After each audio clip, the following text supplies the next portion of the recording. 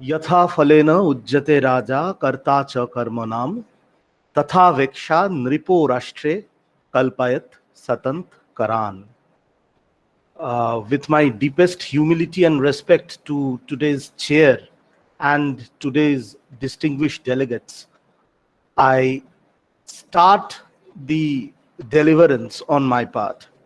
Just now, what I had said, unfortunately, I know many of us, including me myself, because previously Sanskrit was used to be taught in schools, so it would have been easily understandable and understood to everybody. But now today I know it won't be understandable, so I endeavor myself to get it admitted for that matter of fact. Am I audible, by the way? Am I audible? Yes? Fine. Thank you. Thank you. So now, yatha falena ujjate raja karta cha karmanam tatha veksha nripo rashtre kalpayat satant karan.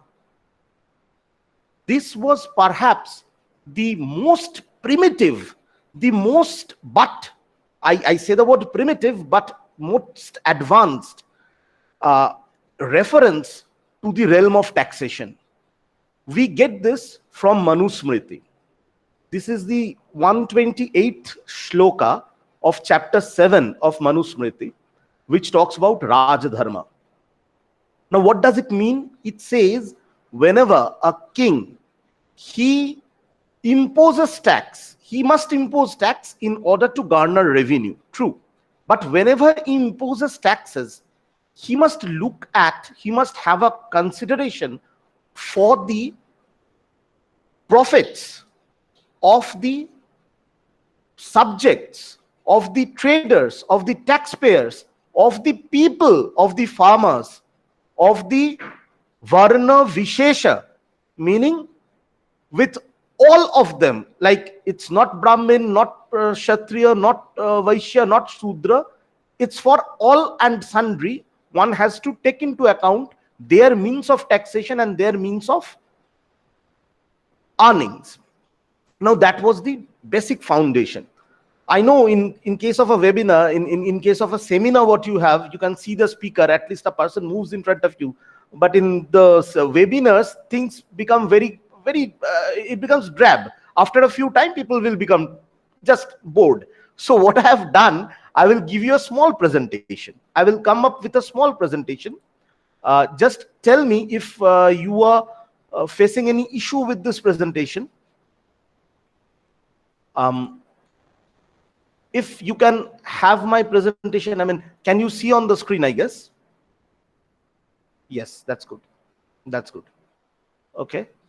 Let me start.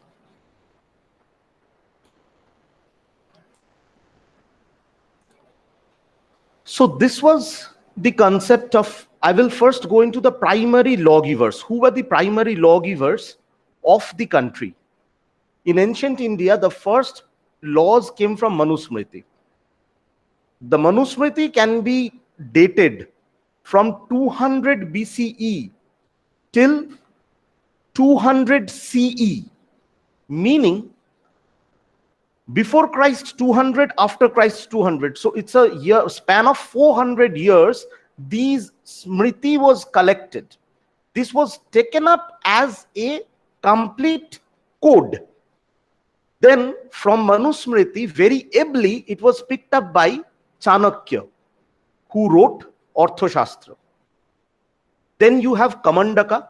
Kamandaka, in this session, I won't be able to cover.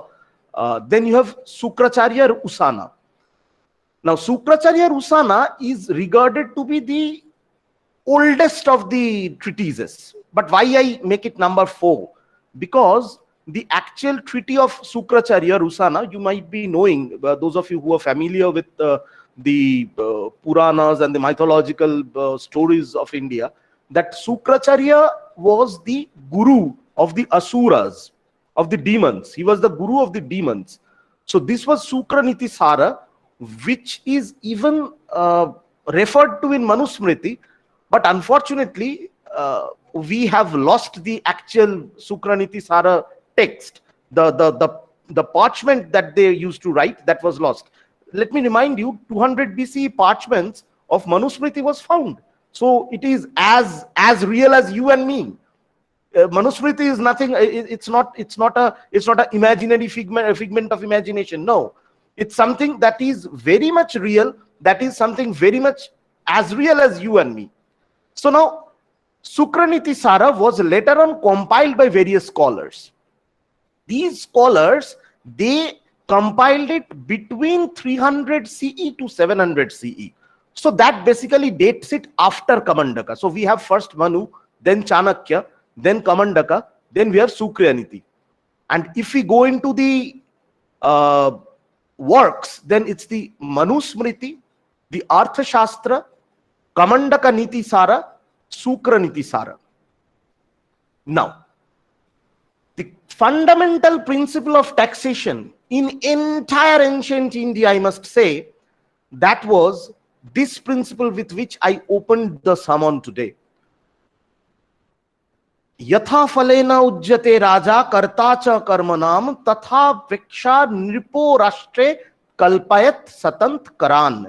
A king should be mindful of the profits of traders before imposing his taxes.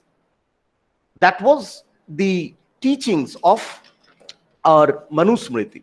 Now, thereafter, we can very ably go into the next slok, which will be again another pivot or another founding pillar of the jurisprudence of Indian taxation.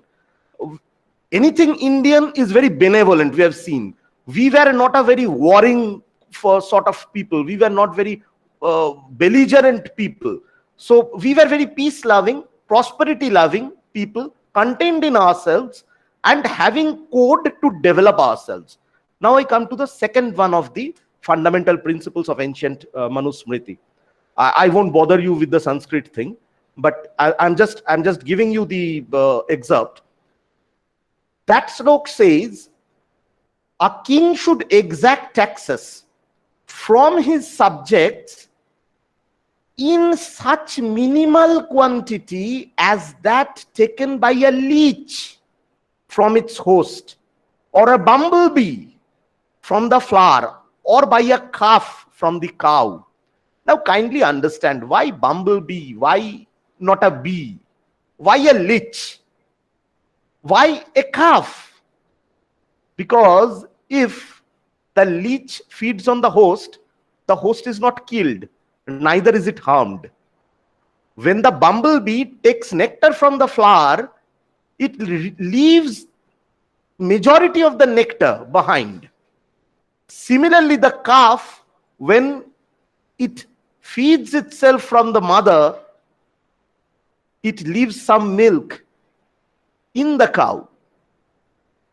So you should not take away everything.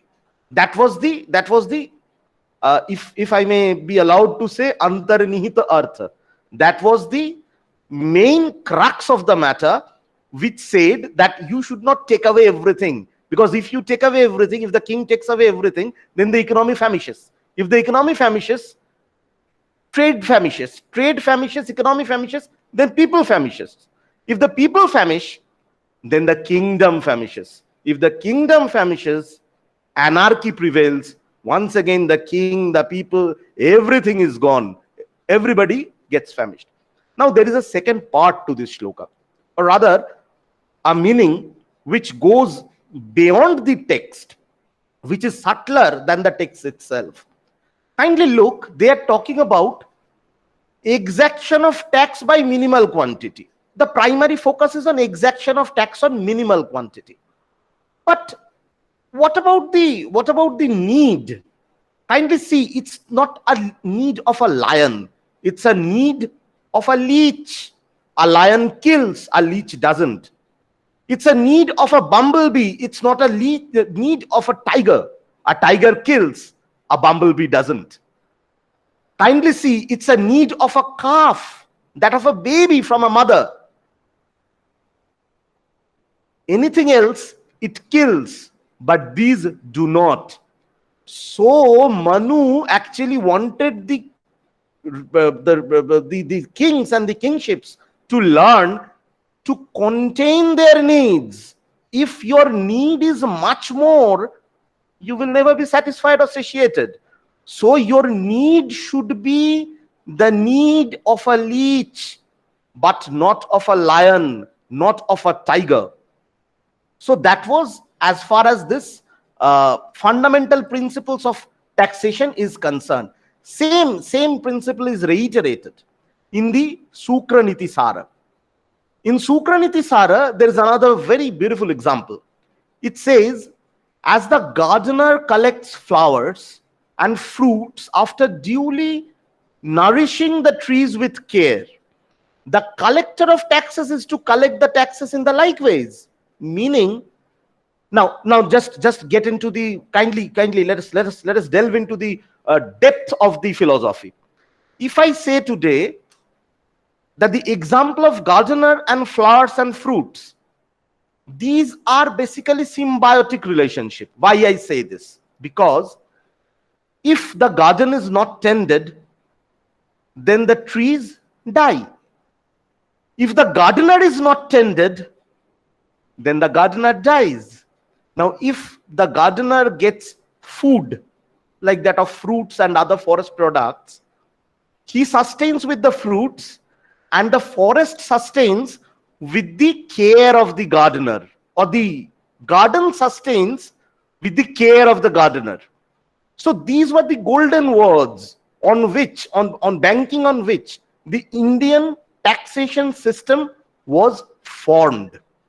This was the beauty of Sukraniti Sara, this was the beauty of Manusmriti, and this was the beauty of the examples that we are recently been talking about. Now,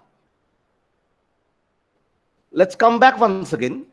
Now, if today we looked at our own society, what do we get to see? We get to see everybody is saying, let us make sustainable development. I know there are students amongst us. You will be more conversant with the environmental law than me, because I had done it before an era, and probably nowadays even the facets and the faces of environmental law has changed a lot. But whatever I remember from the tenets and precepts of environmental law, you will see scores of cases on MC Mehta versus Union of India, MC Mehta versus Union of India. Each MC Mehta had something different to say. Now, similarly, as in MC Mehta versus Union of India, as in sustainable development, the goal has always been, let me quote from Mahavira, to live and let live. The goal has been to live peaceably, sustainably with everybody. Fold everybody, take into your fold everybody. That was the goal. Now, that goes the incidence of taxation. Now, I will come to another very significant part. I have to jump because the time is limited. So, I will come to a very significant question that is prevailing in the present days. Have you ever seen the tax structure of a nation which is already developed? Let us say about United States of America, or let us talk about United Kingdom. They also have a tax structure. What are the rates out there? 2%, 1.5%, 3%. At maximum, it is 3.5%, not more than that. So if that is the rate out there, why our nation is having a tax rate of 20%, 25%? At times, if you add the cascading effect of taxation, then you have a rate nearly equivalent to 40 to 43%. That is what, once again, our forefathers like Monu, Sukracharya, then Kautilya, especially Kautilya, I must say, that's Chanakya, they had always said that lesser the tax burden, better is the state. You see now, nowadays, in the present day ruling government, there is a tagline: minimum governance. Now, what is minimum governance? Minimum exaction, minimum red tape, minimum bureaucracy, and you have maximum governance, minimum government, maximum governance. Or rather, we should have maximum governance and minimum governance. So that is what we aim to achieve. That is what they had also aimed to achieve. And nowadays, see, whenever we look at the nations, we look at the first world countries, we see that minimum governance and rather minimum rate of tax and maximum social benefit has already been achieved. It's very important to note, even in those days, the highest rate of taxation, like in that pre-Vedic or the Vedic period, it was a late Vedic period till 1100 AD, right from, you can say, 2500 BC to 1100 AD, till the Gupta age, till the end of Gupta age, the taxation, the concept of taxation, the rate of taxation never went beyond 20%. There was, at one point of time, there was an argument between two of the Nitisara Pandits. One said, you should not tax those parts of the country which are not having a good produce, a good crop, a good climate to produce crop, or which do not have that amount of sustainability in itself, or where the impoverished people live. Chanakya said, yes, you should not do that. You should not tax them in regular rates, but you should tax those people who are having a good cultivation, good fertile land, good crop. You should tax those people so as to mitigate the quantity of tax which is lost there. And one must have, nowadays we say, you see, but there are taxes whenever there is a war. This was also a concept from the ancient Indian treatises.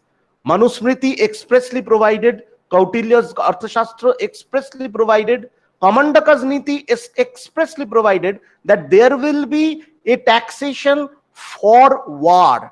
Now the question is why? You will say, the country is already war torn. How can people pay taxes?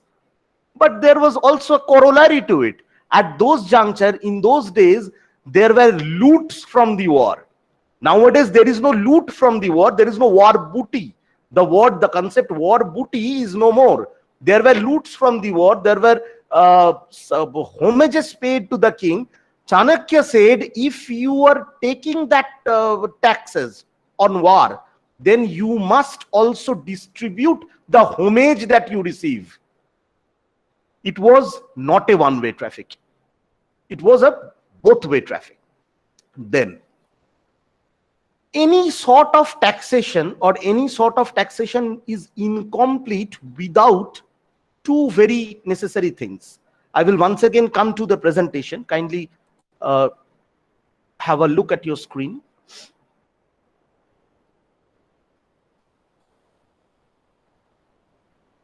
I guess it's, yes. Moderator, is it coming on the screen? Thank you. Yes, thank you. Yes. Now, kindly come up to this. Rates of tax. Rates of tax had always, as I said, slab of taxation was different for different social standings. There were rate differences. There were classification differences. And those Pandits of law or of social science, as it was known in those days, they were very much accustomed, or they were very much aware of the need of classification of various goods. Today, suppose we all have bread, even I have bread, even Dhirubhai Ambani has bread, Ariksha Pular has bread. We all need bread. Now, if somebody today taxes bread, say at 40%, there will be an uproar. Now again, a person who is buying a luxury car, a rickshawala does not need a luxury car. I do not need a luxury car as of now, but tomorrow I feed myself fat and I need a luxury car. Tomorrow will have a luxury car. Now the question is, if a person is buying a luxury car, then he has the means to pay the tax. Obviously, the tax rate on an essential commodity like bread will not be equivalent to the tax rate on the luxury car. Similarly, classification of goods were made and taxes were imposed on respective commodity. That is the second point in the slide that you are watching on your screen. What I have not written here and what I want to introduce here, they had even a concept of customs. Friendly nations, unfriendly nations. If you are my friendly nation, if some goods I have to take in from the friendly nation in my territory, I will charge a lesser amount of customs, or I will not charge them at all. On the contrary, what we used to do, they had reciprocal agreements that even our goods, when sold in their market, will not attract any extra charges. Now, my friends, legal laureates, could you actually find the most important aspect of the matter? Could you really appreciate the most important aspect of the matter? We are talking about taxation agreements between countries. We are talking about reciprocal taxation agreements. We are talking about double tax avoidance agreements, DTAs. When 200 years before the birth of Christ, 200 years before the birth of Christ, we are talking about trade negotiations from the countries, or rather the states which are not mine, and we had DTAs, double taxation avoidance system. We had customs and excise laws in place, and most peculiarly, we even had a full office set up, full Nagarpalika systems, where a collector was identified, where a receiver was identified. There was a tax system of recovery, kotwals. They were known as kotwals. We have heard the term kotwals. So those kotwals were appointed. Anyway, so this is all on the rate of taxes. Now comes the most important part. After this part, I will go into the questionnaire session. I will be continuing on my blabbering as usual. You just do one thing. At the adjacent side of your screen, you can see a chat box. Kindly use that chat box. Just write it down that I have a question.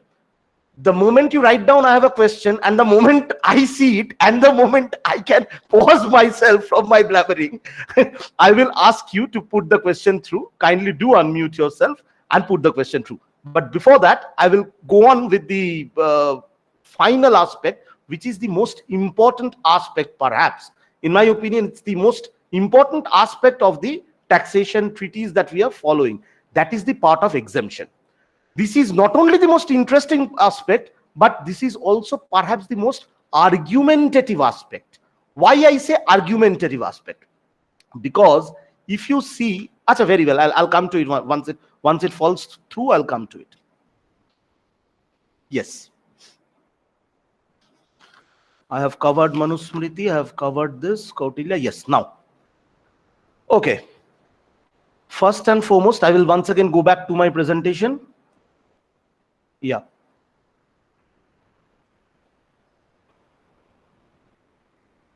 Just a moment. Give me kindly a moment. My window has closed.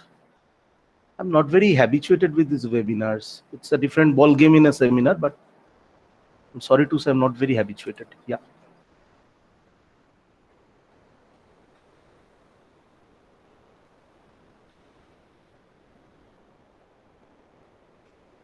Yes, now I will start presenting.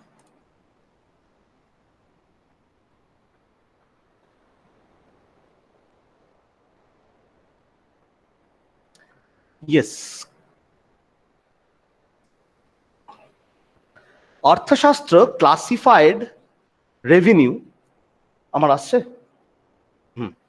Arthashastra classified revenue on these lines. Firstly, Mula, the capital, Bhaga, share of crops, etc., directly payable to the crown. But I will explain you what actually it was. There were certain lands which were earmarked as king's land. Why king's land? King will eat the rice that is yielded by a whole paddy field. Of course, no. King's land is for the king's treasury, where the crops will be put in a storage, dairy products will be put in a storage, food will be made and put in a storage. Why? If there is a famish, it will be opened for all and sundry. That is why it's the king's land. That's the function of a king's land. Now, king's bhaga is the share of the crops that the king's land directly took it to themselves, and they, by way of some nowadays we say perks, as some perks to the farmers and the cultivators and the dairy people, they used to pay them a part of it. That was in addition to their remuneration.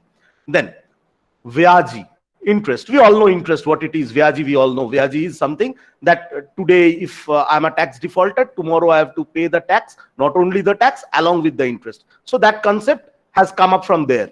That's the Vyaji. Kara. Now, Kara is in general any tax of any sort of tax is a Kara, but in most of the cases, Kara is known as the tax on movable goods. This is unofficially I'm telling you, because whatever I have read, I thought it so. Kliptra and Pindakaras. Pindakara and Kliptra, these are fixed taxes. What are fixed taxes? For example, somebody is living just beside the king's field. He can get the produce from the depot just outside his door. He doesn't need to travel to the market, hiring a bullock cart. So that is some benefit that he is getting. So for that, there was a fixed tax on that particular area. That was a fixed tax. Kliptra, Pindakara. Depending on the land, the name changed. Shulka, we all know, that's tolls. Like you can see, there were tolls, so they maintained their roads, they maintained their streets, there were tolls. Atyaya, fines. Ati yukto aya is Atyaya or Atyaya. Atyaya is fines. Means it's something extra on your eye. That's something extra on your income. Rupika, this is very important. Not only important, this is very interesting, I guess. At those points of time, government did not, the kings, they did not have mints for manufacturing coins. So what they did, they licensed a few makers of coins, goldsmiths, coppersmiths. They used to license them. For example, if somebody nowadays, see, if I look, I need money, I will go to the market and I'll buy something. I need money, I don't have money at that point of time. So what do? I take a bag of grains, I take a bag of barley in my bag, I get to the nearest coin maker, I give him that barley bag. He takes out some copper from his store, which is equivalent to that bag of barley, and now he makes it, he prepares the coin for me, and on that, the remuneration he gets or charges, on that there was a tax called Rupika. That is the premium charged by the government. Now, I am going to the market, I have given that copper coin to some shopkeeper. Copper coin he is preserving, or he is also spending somewhere. Say after 10 years, that copper coin gets damaged. You must have seen ancient Indian coins in damaged conditions. Those gets damaged. Now, the Arthashastra said that you can use a damaged coin to a particular extent, not more than that. Why? Because if your coin is to contain 10 grams of silver, then you will get something against that 10 grams of silver. If your coin is broken, if it contains 7 grams of silver, then there's a loss of revenue. So you had to, from time to time, you have to give all your coins to the to another government licensed official, to whom he will just look into those coins and see that whether they are in a good condition or not, whether they are in marketable condition or not. That is known as parigha. These were collectively known as the ayamukha. Now, here comes the most important thing. This is the only slide where I have managed to make an animation. Others I have conveniently let it go. I'll just have a gulp of water and continue.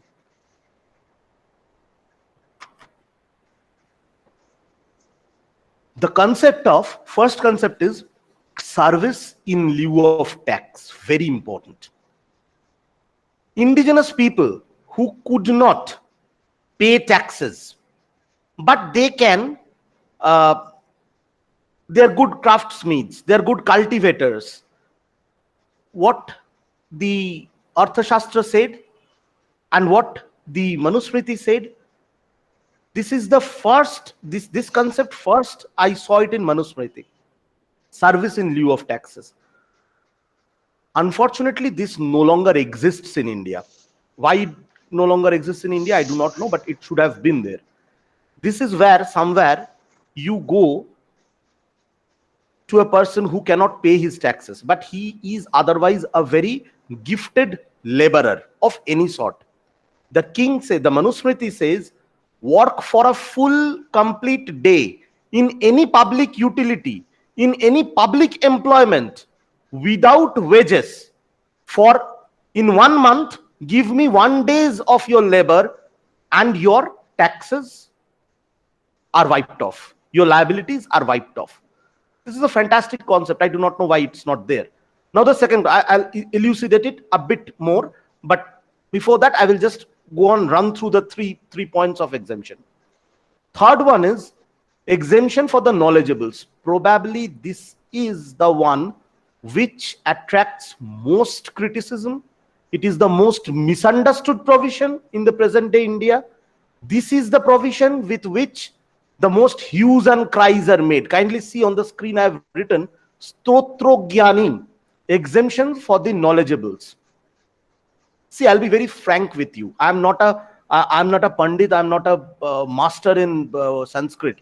But whatever little bit of knowledge in Sanskrit I have, and whatever little bit of Manu and Arthashastra, whatever little bit I have read, they will say, I mean, in most of the cases I have seen that people say there was this provision was for the Brahmins.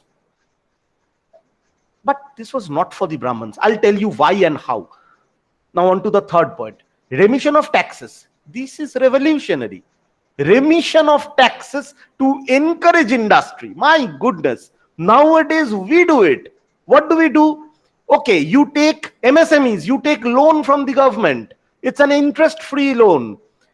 Not interest-free, it's a loan which you are supposed to pay after, say, 5 years, 10 years, 2 years. Under the West Bengal Sales Tax Act, I will give an example just at home. The concept was for remission if you are a newly set up.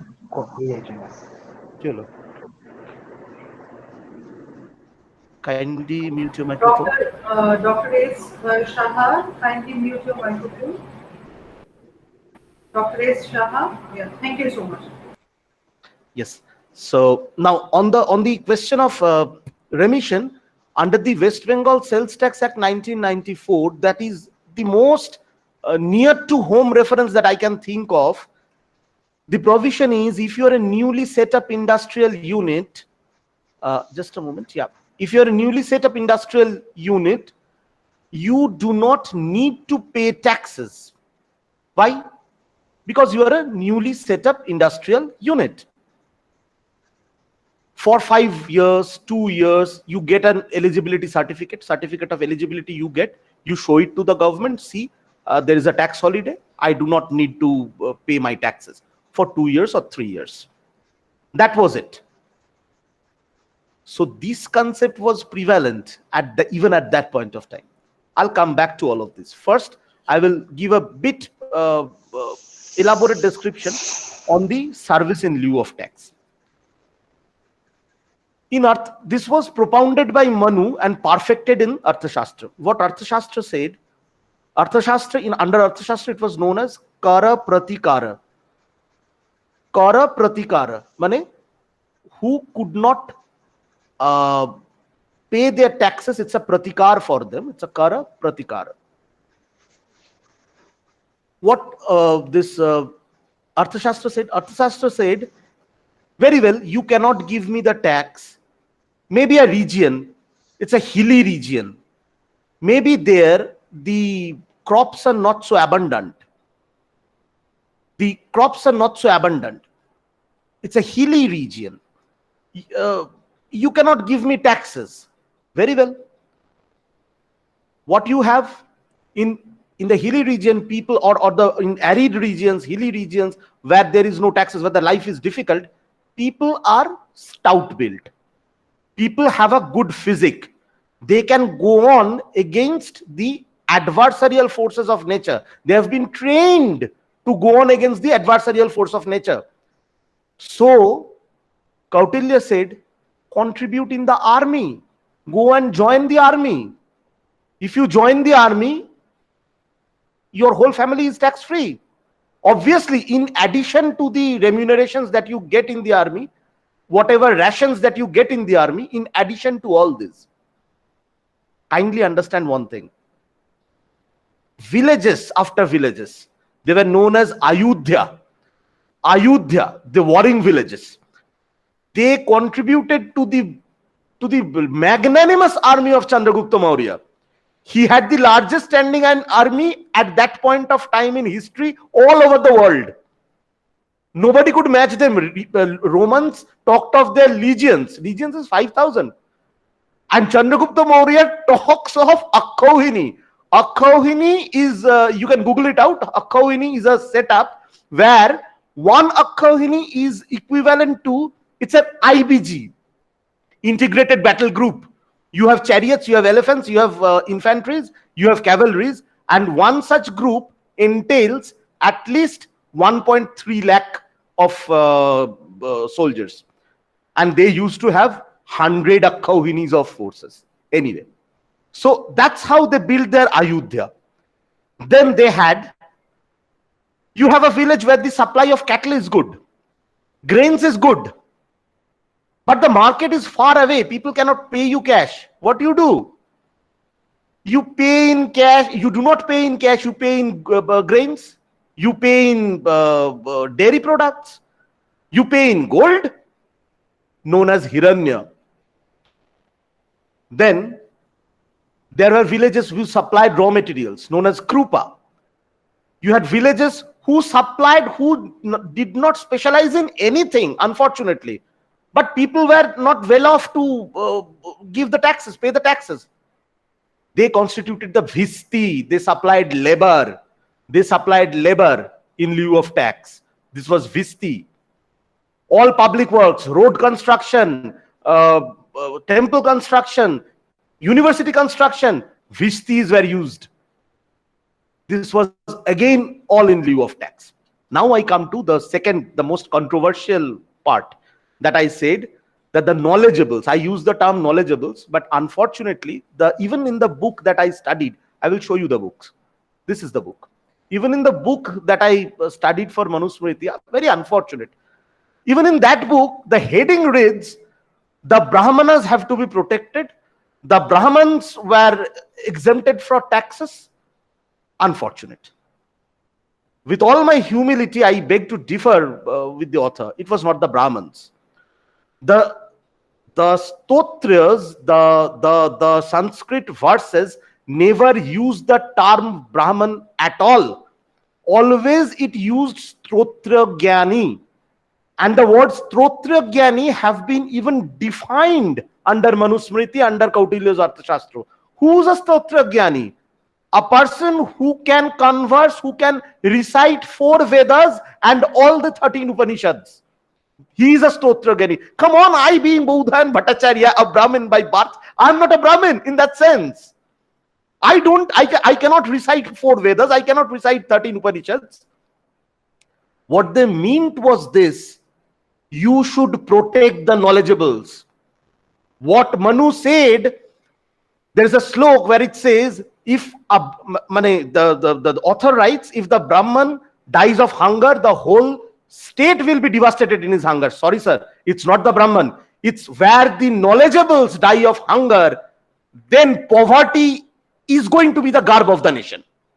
Obviously, if today, in my opinion, Sir Oppenheimer, who actually discovered the nuclear weapon, when he blasted the nuclear weapon under the Atlantic Sea, Pacific Sea, he was reciting from Gita, Thousand Splendid Suns. He was a Brahman. He was a Stotragyani.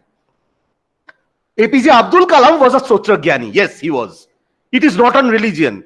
It is obviously not on birth. It is not on caste. It is what we do. So similarly here also, when we are saying if the knowledgeable dies, just take an example, round up all the intelligent people, round them up in one single room, gas them to death. Tomorrow, everybody will be a savage. All the quantum of gyan, all the quantum of knowledge is gone. स्वगृहे पूज्यते पितरा स्वग्रामे पूज्यते प्रभु स्वदेशे पूज्यते राजा विद्वान सर्वत्र पूज्यते. Why? A person who is knowledgeable has to be worshipped everywhere. Swagrihe pujyate pitara. In his own house, the father is worshipped. Swagrame pujyate prabhu. In his village, the headman is worshipped. Swadeshe pujyate raja. In his country, the raja is being worshipped. Vidwan sarvatro pujyate. That is the essence. A knowledgeable person, a vidwan, a vid, a Stotragyani is always respected throughout and worshipped. And that is what Manusmriti said. I won't go into the caste thing of the Manusmriti because that may be discussed another day. That's not taxation. But I must tell you something. Even for the caste system that they say that Manu devised caste system, it's all trash. No, Manu did not devise caste system. Manu only said that if you have learnt a trade, follow it. Rest is Brahmanical religion, all mugging things up.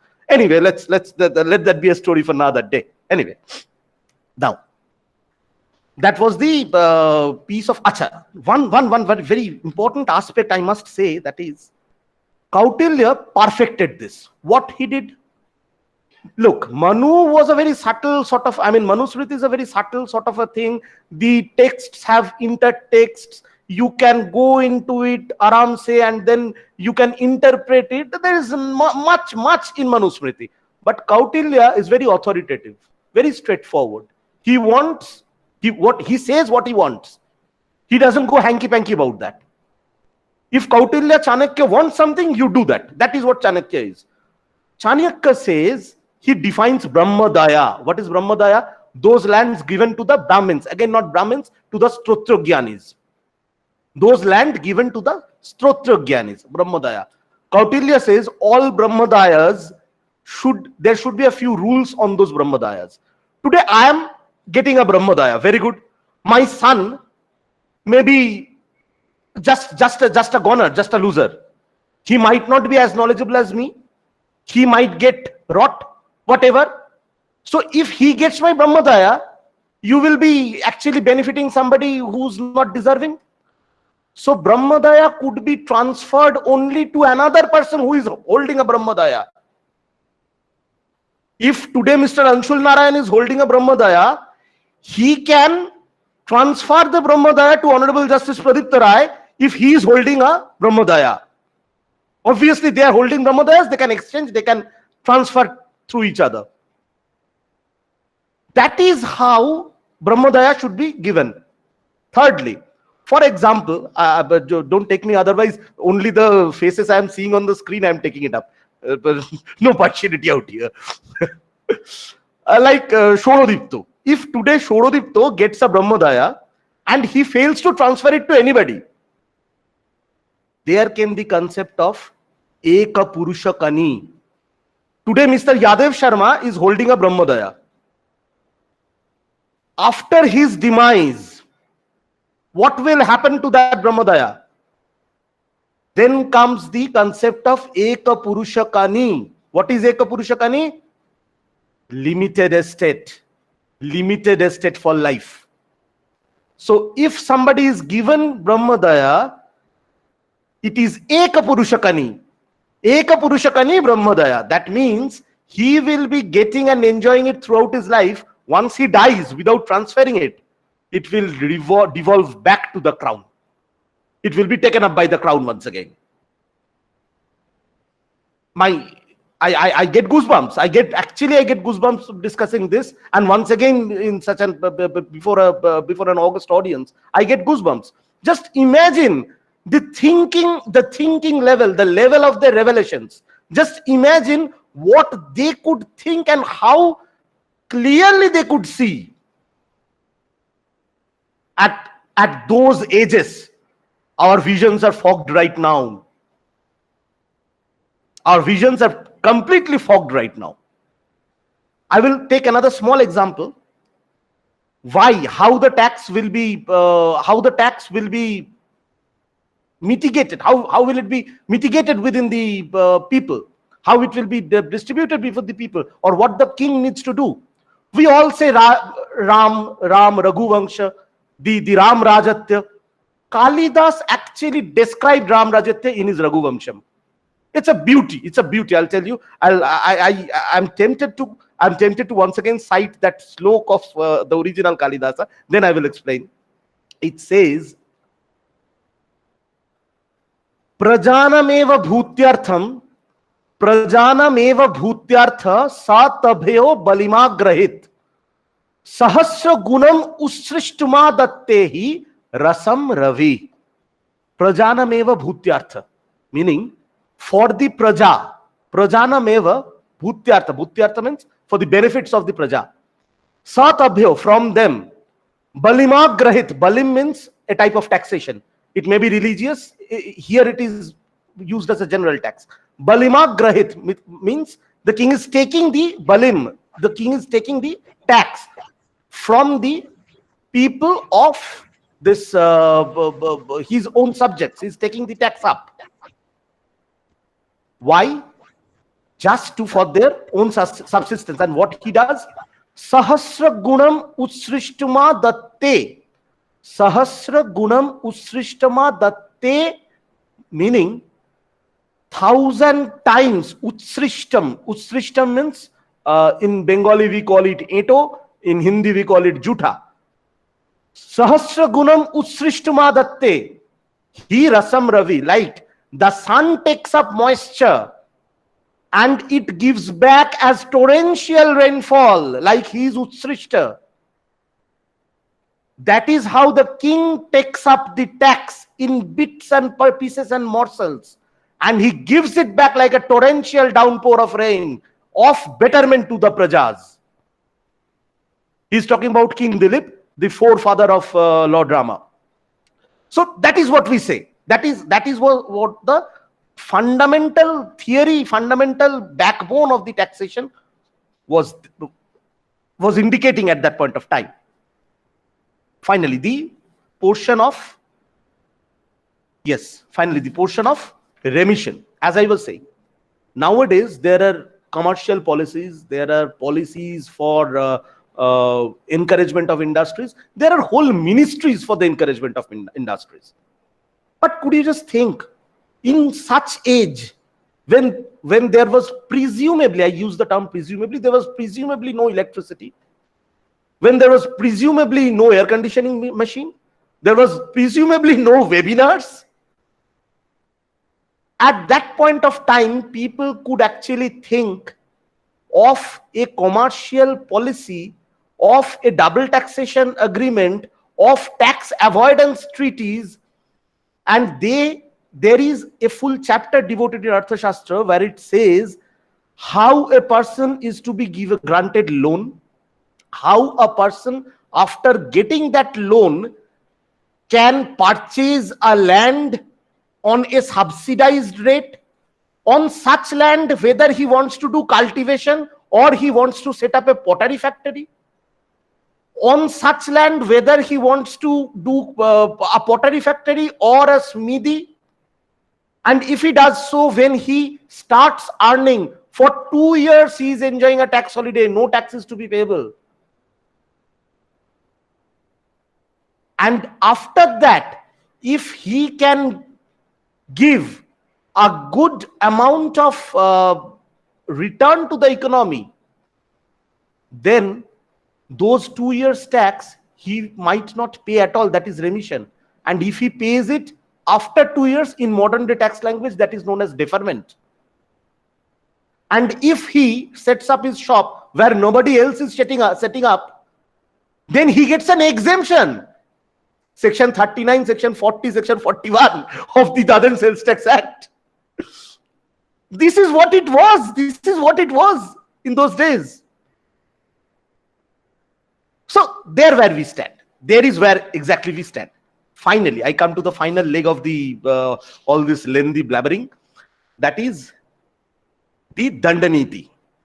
My friends from Symbiosis will obviously remember we had a good time while discussing Dandaniti in the class. We had good jokes to share, but not in here. And it seems as if we are back to Symbiosis. Thanks a lot. Actually, what happens whenever we talk of Dandaniti, then the reference of Kautilya comes up. He was the father of Dandaniti. We say Sama, Dana, Danda, Veda. What is Sama? Friendliness. Bhai kar de. Please kindly do it. Sir, kindly do it. It will be good for the society. Kindly do it. Sama. Dana. What is Dana? I coax. Okay, sir, kindly do it. I will do this for you. Danda. Okay, you are not doing it. I will impose a fine. Bheda. Today, Mr. A and Mr. B are at loggerheads. I request Mr. A. I coax Mr. A. I fine Mr. A. He is not doing. I go to Mr. B and say, look, I did all this to Mr. A. He did not do. Do you have the capacity to do this? Mr. A, B will do it. That's Bhed. And then again I go back to Mr. A. I said, look, I gave you the opportunity. You did not do. Now Mr. B is doing grandiosely well. Now Mr. A also does it. This was propounded by Kautilya Chanakya. Samadana Danda Bheda. Now Dandaniti takes a huge importance in our total system. Why I say so? Kautilya's punishments were very stringent. You will see. People will actually, if you think of it, it is actually required. Any attempt to evade payment of tax, you had to pay the tax plus 400% penalty. People will not do. People will be so scared, he will simply not do. Thirdly, if we go to the other aspect, he had capital punishment against taxing offenses. People would get decapitated. What are those offenses? Adulteration in food. Babies might get killed if you adulterate the food. People might get killed. So it was an offense which actually took into consideration these loopholes, and it gave you a capital punishment. Counterfeiting of coins, counterfeiting of notes. At that point of time, there were no notes. I stand corrected. Counterfeiting of coins will take your economy to shambles. The economy will be simply wiped off. Capital punishment once again. So these were the Dandaniti portions of Kautilya as far as Kautilya is concerned. Now, another thing, this as I had already said, there was a presentation also. I ran through the whole thing.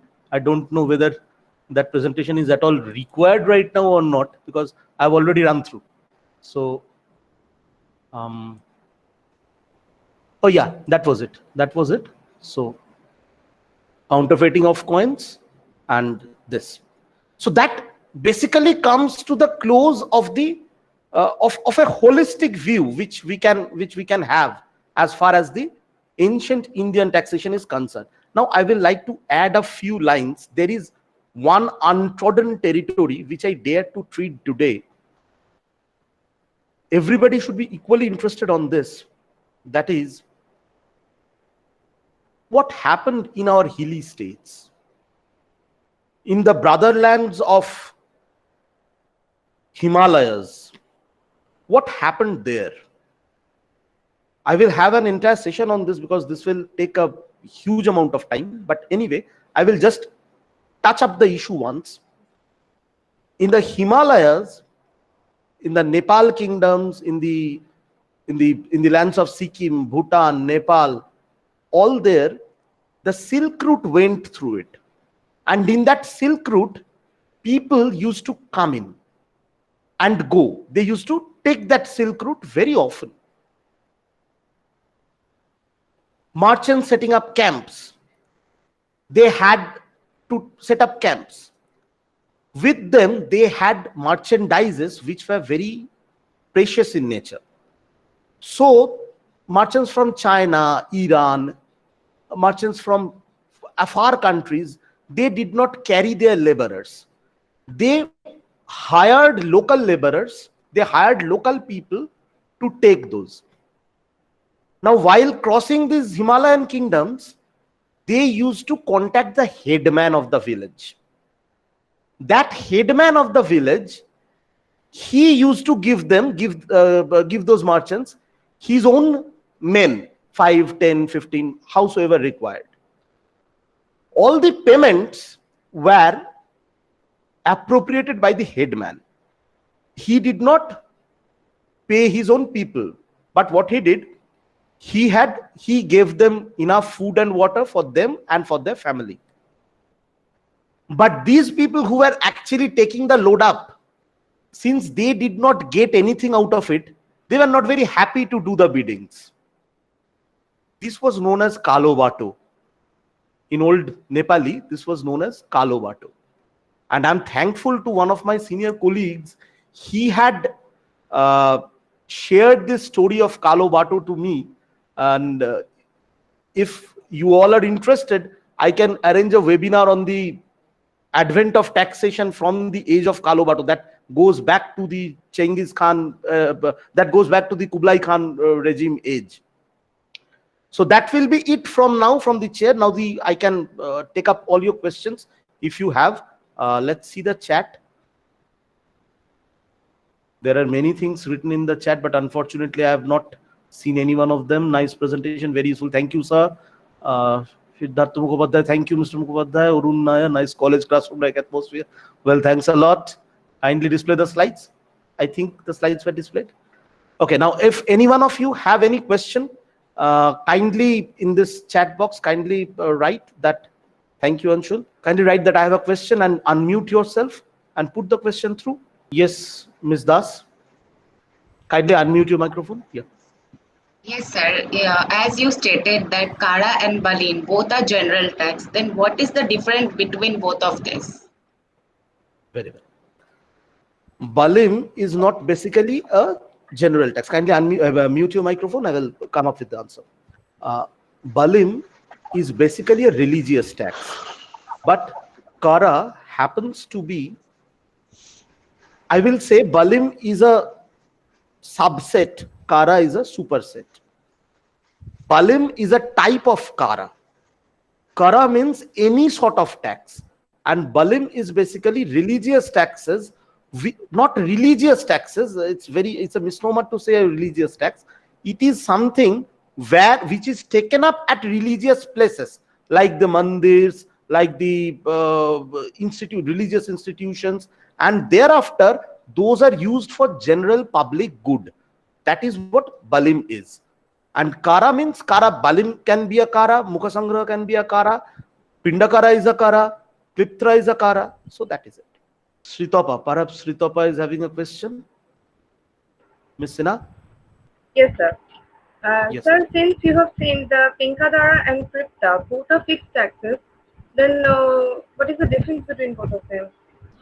Difference between both of them, I'll tell you. Like it depends on the it depends on the land portion where you stay. For example, Kliptra, a village, a fisherman's village. Kindly mute your microphone.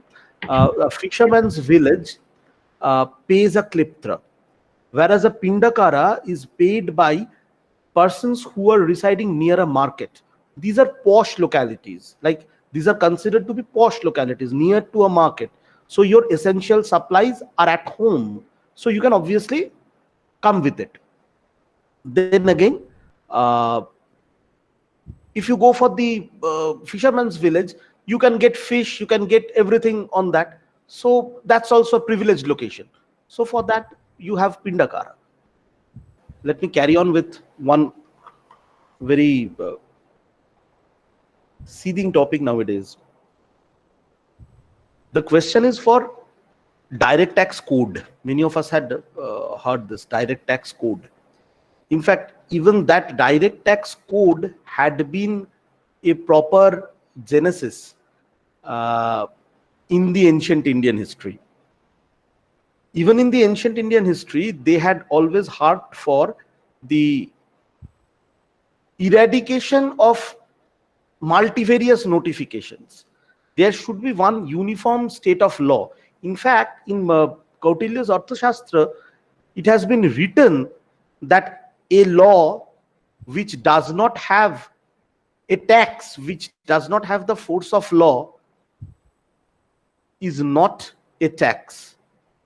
Article 265 of the Indian Constitution, which says, as Honorable Justice Mr. Pradipta Roy had already pointed out, he stated this, that under Article 265, you cannot levy a tax until and unless there is the force of law. Same thing. So in that matter of fact,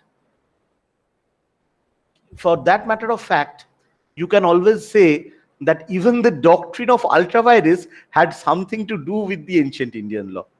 Pradhan, please can you tell me? Yes, please. Pradhan, I have a query. Yes, please. Yes, please.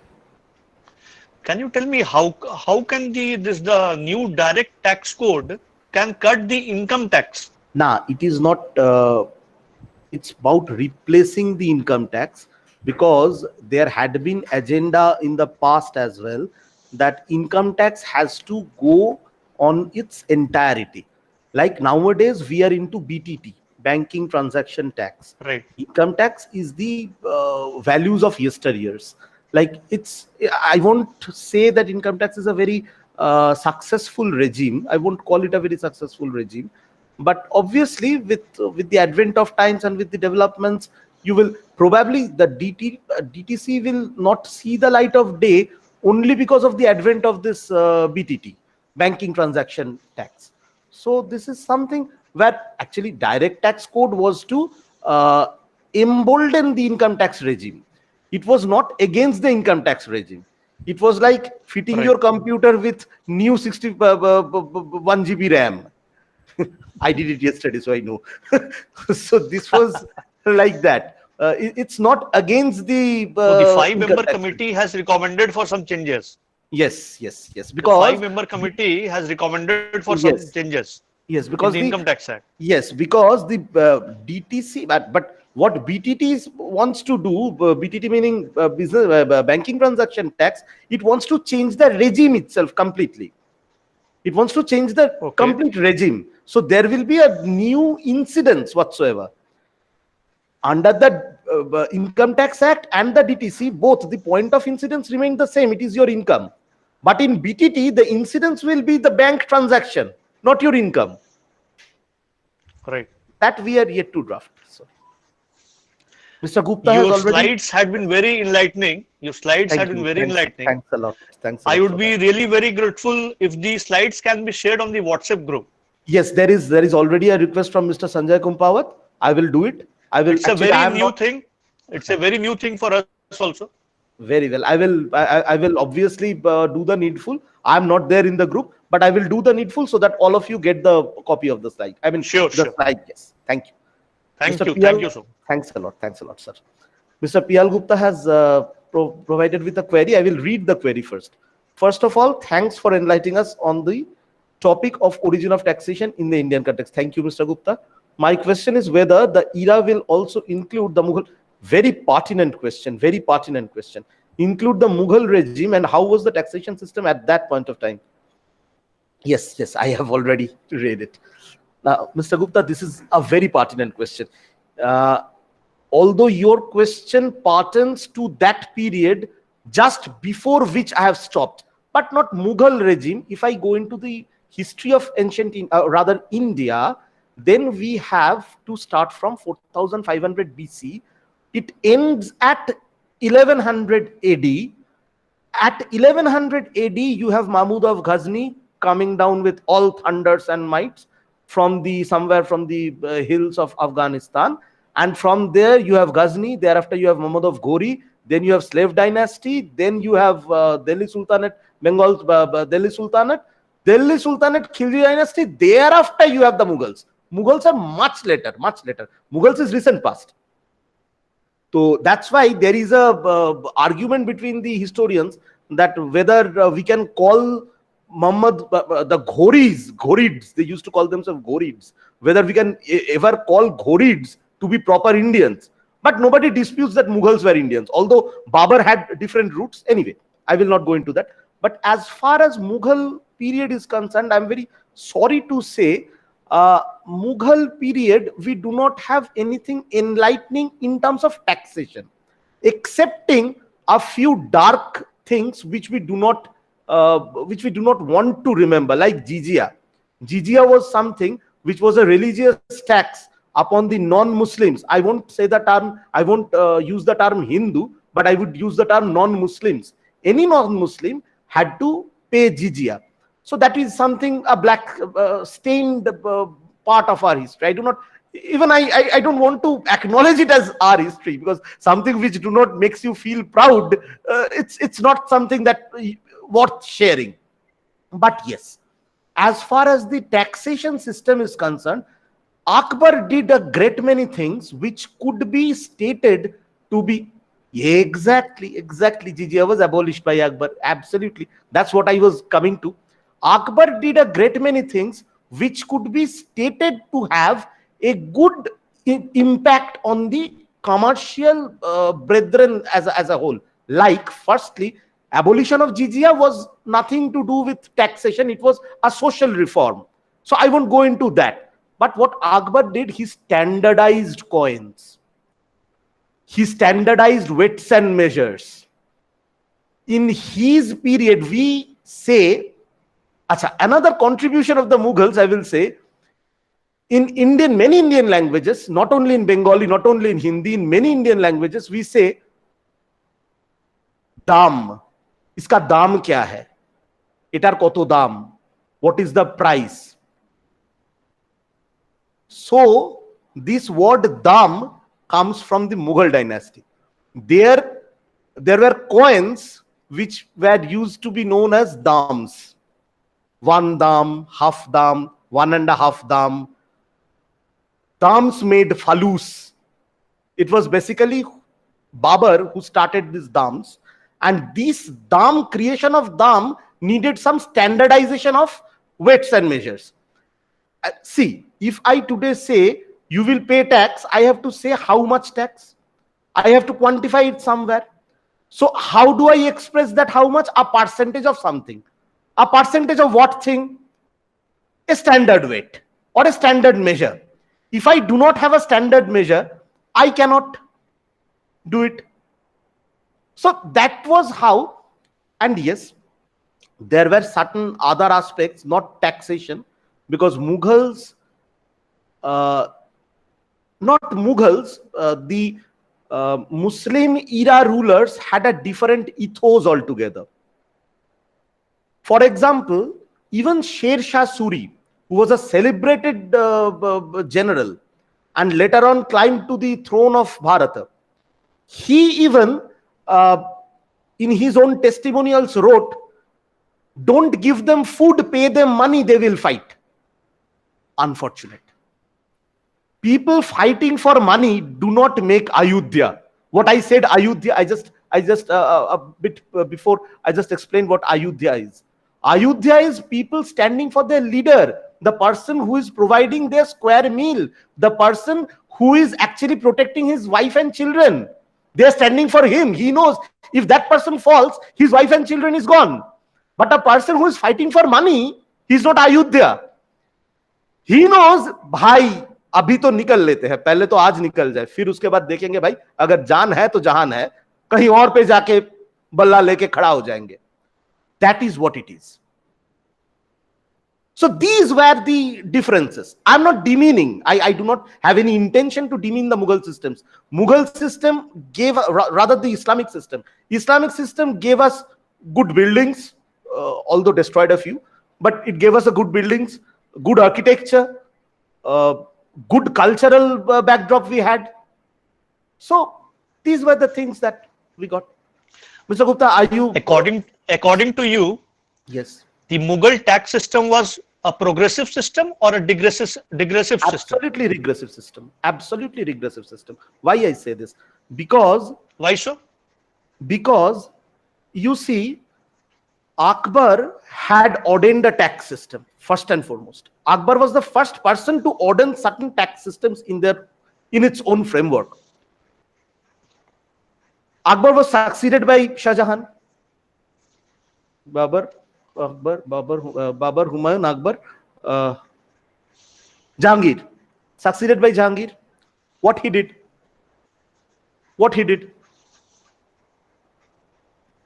He gave the full control of his empire to Noor Jahan. Even Noor Jahan had coins in her own name. And what Noor Jahan did? He said, I am not going into the nitty-gritties of taxation. I am not going into the nitty-gritties of revenue. What I am interested in, that the administration is sound. And thereafter, Shah Jahan did away with the formal tax system. He did away with the formal tax system. And he got his new tax system in place. After his rule, when the tax system was, people could understand, okay, this is the new tax, very well, now this is how we are going to pay. Aurangzeb comes, he again amends the tax system. How can you call it progressive? If you build something on it, like if we go from income tax to DTC, progressive. If we go from income tax to an arbitrary regime of tax, neither here nor there. Absolutely right. That's the problem. They steadfastly, they did not have a policy. Unfortunately, they did not have a fiscal policy. In fact, the Mughals, they used to collect the taxes for providing security from the internal revolts Yes. and It from was, external aggressions. according to R.C. Majumdar, he wrote in his book, I may be wrong because I'm not carrying the book right now, but he wrote the bhavarth of the whole thing was this. He said it was more than a protection money. It was more of a protection money than tax. Right. If It you was give like a protection tax- money. Yes, it was more of a protection money. But yes, They will save you from the external aggressions not external, the internal aggression from their own goons. and the internal revolts also. Yes, their own goons. Right. Yes. But Mr. Bagchi probably has a question. Thank you, Mr. Narayan. Thank you, Mr. Gupta. That was an enlightening Thank you. session. Yes. Mr. Bagchi. Okay, sir. So Mukha Sangra is a tax on movable goods. Again, Kara is also a tax on movable goods. So would you illustrate the difference? Very well. Mukha Sangra in the today's world, I can say Mukha Sangra is excise and customs akin to even VAT and sales tax. It is on the purchase, it is on the point of manufacture, it is on the point of sale. A Mukha Sangraha, look, this is again, once again, very important aspect to consider. Today, Bengal had a big number of jute mills. Nowadays, all the jute mills are closed. Why? Because the raw material of jute came from East Bengal. It is no more with us. So the jute industry is closed due to the non-availability of the raw materials. Now, once this jute industry is closed, why? Because there is no raw materials. So obviously, you will have places where you produce, you will have places where you manufacture. You will have places where you have marketplaces, you will have places where you have people to feed that marketplaces. If you tax a person where the manufacturing is good, if you tax it on the point of purchase, you won't earn money. Where, like in Bengal, it is not a manufacturing state, it is a trading state. Here, excise collections is poor. But sales tax or VAT revenue, or nowadays GST, I won't come, it's way bigger. Why? Because it's a trading state. Here people sell and purchase. So Mukha Sangraha, when it went to Magadha, it was a VAT, sales tax, in the nature of VAT and sales tax. Again, this Mukha Sangraha, when it went to Punjab, it became, whenever the bullock carts used to leave the factory premises of a maida call, like a flour mill, that became the Mukha Sangraha there. So it became the excise at that point of time. Manufacture of maida, manufacture of white flour. Mukha Sangraha is a tax on movable goods which can be interchangeably placed from sales tax, VAT, excise. But see, I have never used the term GST because GST is something very novel. In those times as well, we did not have a composite tax on goods and service. I will say GST to be progressive, taking cue from Mr. Narayan and Mr. Gupta's question. I will say GST is progressive. Why? Because it builds up from where its predecessors left. GST replaces VAT, GST replaces excise, GST replaces customs. How? Because it combines everything.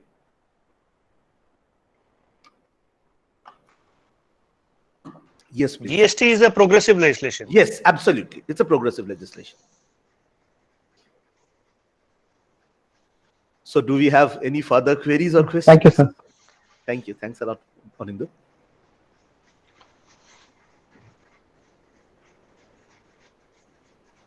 So I think it's 6:15. If we do not have any further questions, could we call it a day for the session with the permission of our honorable? So we formally close this session. Jai Hind.